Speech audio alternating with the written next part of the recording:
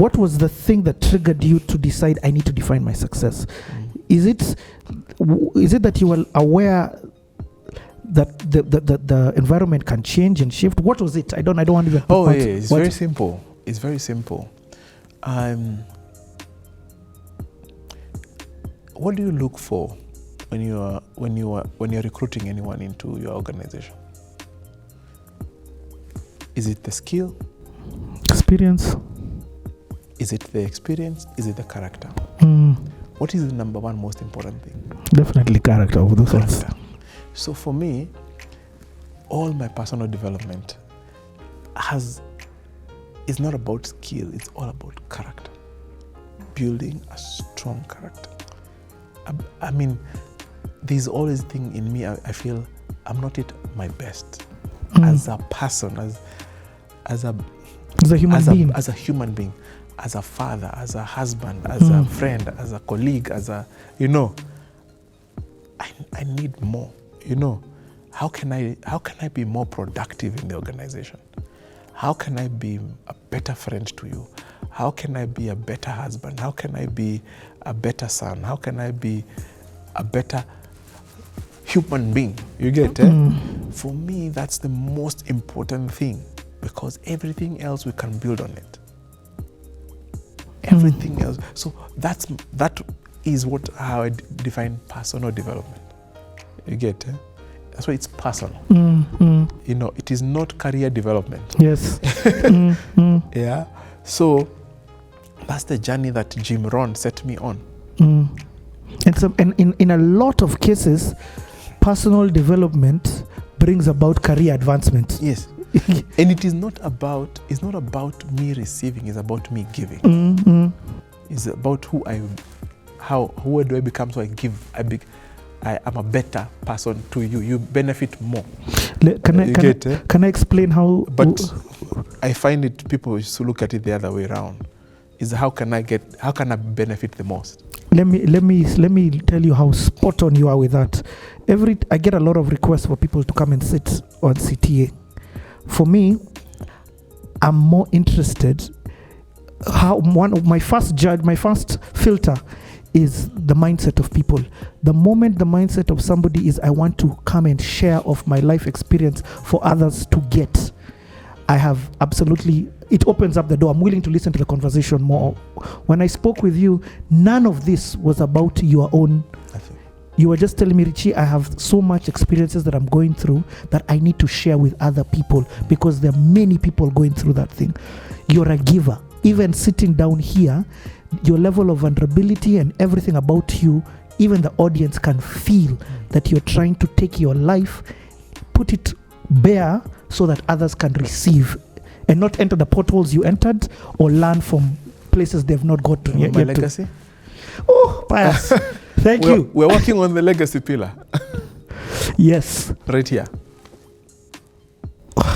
The pillars are continuing. Yes. And it's so funny. All of these things build the legacy pillar. Yeah. You don't build it. You don't work on my legacy. You work on all of family and all of these things. And then that's how a legacy pillar is built. Yes. That is so powerful. Hey, we can end CTA here. By the way, go ahead, guys. For the next one, you need to pay. That was powerful, man. You can't make that up. Okay, Pius, let's continue this story. So we are at the beginning of your story. Now I'm about to enter Centum. So you were calling it IC? But it was then called ICDCI, or ICDC Investment. If somebody is joining us here, so let's just break it down. Somebody asked you for their CV when you're at Toyota. They send that CV for you to ICDC Investment. Yes. And then you're called for an interview. Yes. Aha. Okay, now take it from you go for the interview. So I go for the interview and I meet amazing people who have remained amazing in my life. James Moria. I meet Rispa. She was Alaro then. Now she's Rispa Mokoto. Yes. I meet David Owino. I mean, these guys, they were young. We were all young.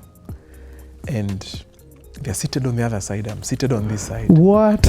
And I mean, we go through the interview, and it was an okay interview. Can I ask? Very friendly. Yes. In fact, what kind of questions they're asking you? Are they trying to find out skill or character or experience, or all of them? I think all of them. Uh-huh. They're brilliant people.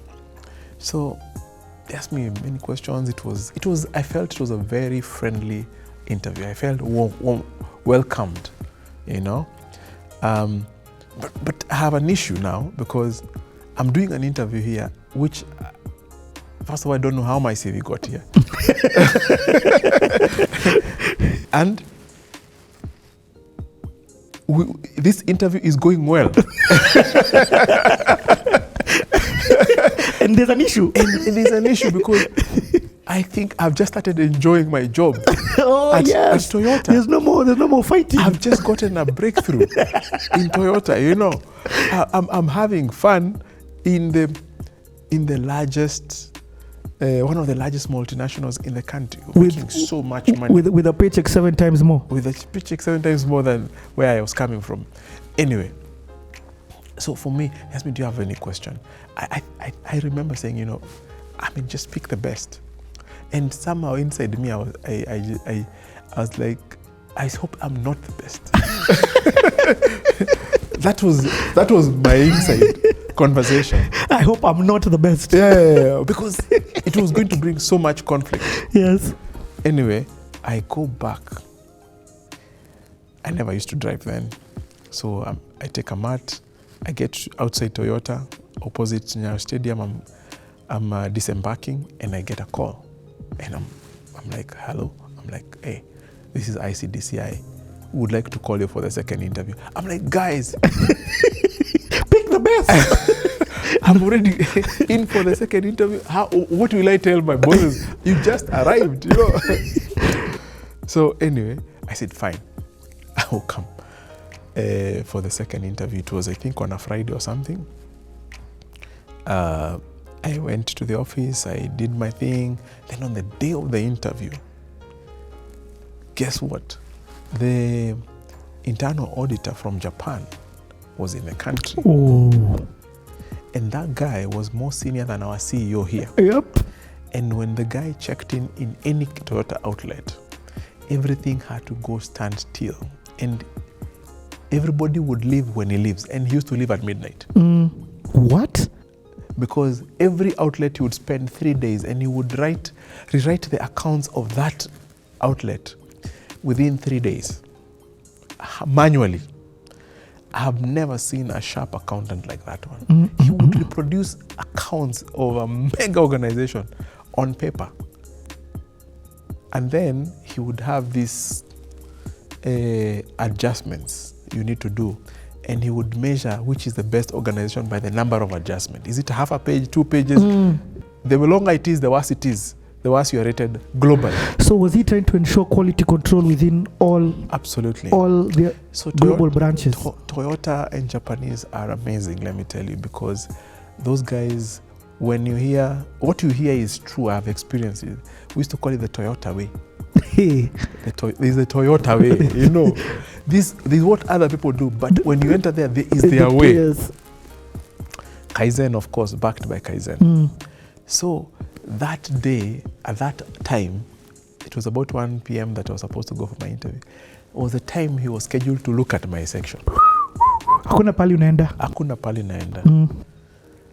I just said, man, I can't make it. So I told the lady, now I know you too. You're the one who took my CV. Please, can you reschedule my interview? So I don't know whether she called, but we were only the two of us. We were only 2 people who had been called for a final interview. Wow. And now me have not shown up. So she went. The lady went. So the other person was a lady. She went. She did the interview. And they were like, you know, this guy called Pius does not seem even interested in this, so let's go with this girl. So what? They gave her the job. What? That's not where I thought this story was going to go. What? So the lady shows up, first day at work. It was James Moore who was supposed to be promoted. And he hands over work to her.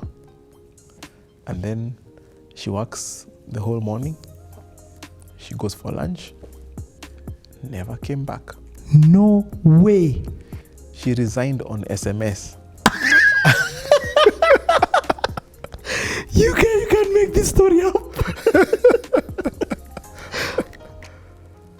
I'm telling you, she just went. Hey. This is June 2004. Mm-hmm. So I'm told the guys were so heartbroken. And they were like, as in, first of all, Pius is not interested. Then this girl has the shortest stint in the working in the history of the organization. Yes. They decided to start interviews afresh. So they called a whole new group of guys, interviewed them. So your message that, hey guys, this happened, didn't reach them? I don't know what happened, but for some reason, it was out. I was no longer for consideration. Yes. So October 2004. Now it's how many months? From June? Yes. July, October, 2. June, July, October, September. Yeah, October, July, first. August, September. Oh yes. Hey, how is my 4 mouth months. counting? Yeah. So 4 months. It's about 5 o'clock. I'm leaving Toyota. I'm outside Toyota, opposite Nyao Stadium. You can even see it. And I meet David Owino, who was coming to pick his wife. His wife is the one who was working with us. And like, hey, Pius, how are you? I'm like, I'm good. Then he's like, we called you for a final interview. It was a no-show. I said, I thought I gave some good reason and I asked for rescheduling. He said, you know what? I mean, we got this girl. She worked for half a day, went for lunch, never came back.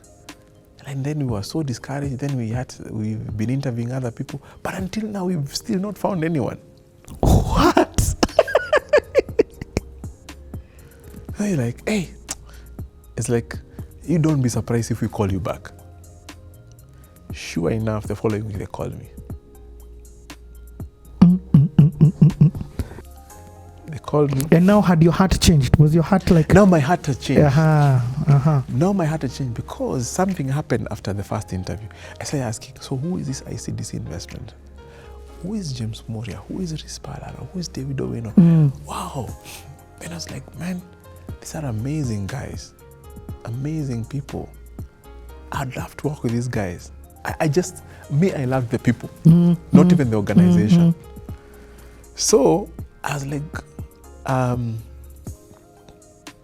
they call you a week after. If it came, I would go for it. So they called me. I went. I met the CEO. Not James Mwangi. It was called Peter Mwangi. So I met Peter Mwangi, very nice, pleasant guy. And so you work for Toyota? Yes. So if today I would, if I wanted to buy a car, which car would you recommend? Man, we spent like 2 hours talking about cars. And auto is a very passionate industry. Yes. Once you're in, you look at a car like a human body. You know a beautiful car just by looking at it because it gets in you. He was so intrigued by, I knew my business, I knew my product, I knew everything. He's like, interview done. We never spoke anything about accounting and me.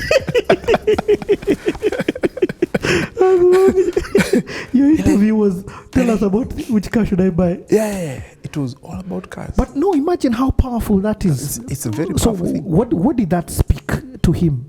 Passion? Passion. What else? Understanding, details. But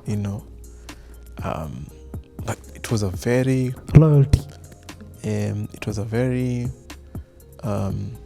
unconventional way of interviewing. Even my papers, he didn't even ask. I'm the one who told you, do you want to see my papers? He said, yeah. Like he looked at them, okay, fine, these are good. So I'm told when he did our interview, he walked to where the managers were sitting and said, I think we found our man.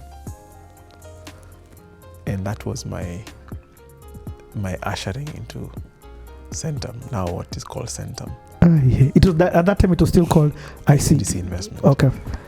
And now this move was also very critical for me. There was another reason why I wanted to join Centum. I had done accounting, and I had now seen accounting was not answering my question on why people become poor suddenly. This is amazing. I was tired of counting beans. And In a casaro somewhere. this accounting thing also was very frustrating because everybody else leaves you in the office. As in fact, me, I kept saying, if you ever see light in any offices, that's an accounting office. And unfortunately, those are the guys who are paid the least. So I like this is not even rewarding. Yes. I'm just reconciling history. Me, I'm concerned about the future. And you can see the numbers, so you can see what guys are being paid. So when I was in uni, there was a guy who came to visit us, and he was called Kigodo, and he'd come from the US, a Kenyan guy, had lived in the US for a long time. And he was like, guys, there's a new virgin industry.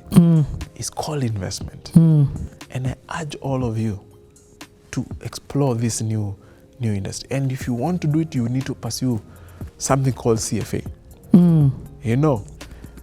But this is the future. So now I was so keen. Just CFA being chartered financial analyst. Yes. So I was. It remained at the back of my mind, and now that I had experimented with accounting, I knew it was not it, and my passion now was in investment, and Centum was providing that opportunity for investment. So even in my interview, I was clear. You know what? If I came here, accounting would be entry point, but going into investment. Made it very clear. So I joined Centum. Did you have to do your 3 months or you're just probation? No, not even probation, or just a month leave. A month notice? Yeah. That was tough to leave Toyota, by the way. Tough to leave? It was tough to leave because, first of all, the people had loved me so much. They were my friends. They were my friends, real good friends. Man, an environment can change. This thing had changed. Secondly, the top management of Toyota had identified me as a future leader for the business. What? And in fact, I was called by the CEO himself, a Japanese guy. And he's like, man, and he asked me one question. Why do you move from a multinational brand to a local brand? How would you do that? I'm like, you can go anywhere from here. You can go work in South Africa. You can go work, you can work there is such a platform here. I would hear none of it. And her GM was like, by the way, they had seen my work ethic. So this was like, you've got to keep this guy. In fact, Pius, I've got 2 questions for you. First question is, what is it that made them? By that, there are people who tell you they're resigning and the company's like, phew, you're going to be fired in 2 weeks. Yeah. You get? They have identified you as a possible CEO of one of their, or MD of one of their countries. Country branches, whatever. Their different outlets, countrywide. Globally. Yes. What is it about you that they had seen? I've heard you mention work ethic. What else? What else do you think? I think it's the same. That made the value. Remember, what was the biggest thing that God was developing in me in this since AR? Character development. So even the response from the entire team, it was a response to a character. You can be a good performer, excellent performer, but a very unpleasant character. I'd rather have a pleasant character first, Yep. So character was so key. And character brings a very balanced person you can trust with things. You can't be trusted even if you have the best competencies. Yep. With high responsibilities and finances when your character is questionable. Secondly, what then made you leave knowing, are you telling me it's just what made you leave, knowing that these opportunities for growth were available, and now they had verbalized that it was no longer glass ceiling, it was clear that you're going to grow? Remember, first of all, what the question I asked God. Did you bring me here to take me away from you? Yeah. So I knew, first of all, this was a response.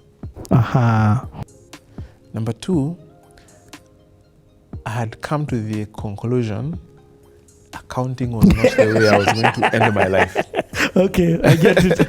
I understand. If I wanted to become an accountant, that was the best place to become the best accountant. Yes. So, and thirdly, I felt I was already in an environment where everybody saw me as a superstar. I wanted to go in an environment where I saw others as superstars. Wow. Hey, I get it. So, I mean, the amazing thing to work with people like James Moria, Rispa, David, these were amazing people. I could only learn from them at that point, Okay. Even today. So I felt I'd become a better person when I'm looking up to others. Where you have what is that guy? The guy who was sending you all those things, Jim Rohn. Yes, Jim. Now you had them physically here, yes. and they had your skin color. Yes, and yes, and cultural understanding. Yes. So it was very clear that was the best move for me.